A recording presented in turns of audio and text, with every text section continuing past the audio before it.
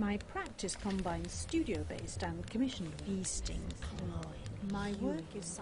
The Faber Wasteland app is very elegant and classy, and it's sort of how every piece of poetry deserves to be published. It's got Eliot's original manuscript within the app, so you can take a look at his handwriting and see where Ezra Pound made corrections and changes and turned it from a 1,000-line poem that it was originally into the 400 lines that were eventually published. The Jack Kerouac The Road app from Penguin US. That is kind of like a book on steroids. It's all the things you could possibly find interesting. Photos of the beat poets, photos from California, audio of him reading a bit of it. Pine Point, the story of a mining town which no longer exists. What the project has managed to do is to tell the story of this town through video and photographs and text, and the stories of the people who live there. It's a really good example of digital literature because it tells the story in a unique way. Tim Wright, he did a project in the footsteps of Robert Louis Stevenson, Kidnapped. He walked around the places that book set in and read extracts and was joined by people and opened up all sorts of conversations. Inanimate Alice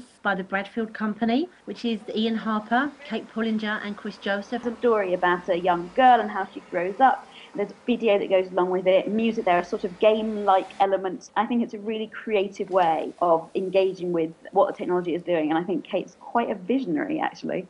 Translating the comic of Sidney Padua, Lovelace and Babbage, into digital form, which just takes a first small step towards looking at the documents on which she draws in a very playful way. Christine Wilkes's Underbelly, a really interesting use of interactivity, flash animation, amazing sound, and it's a story about women miners, but then also a thought piece about bearing children and motherhood and balancing work and home. I still maybe think it's the best piece I've seen in terms of emotional connection to a piece of interactive work. Christine Wilkes fitting the pattern. It's beautifully designed, but it also has very clever tools within it that you have to learn how to use before you can actually navigate the piece and read the story. One of the best is The Magic of Reality, and it's got a really lovely interface.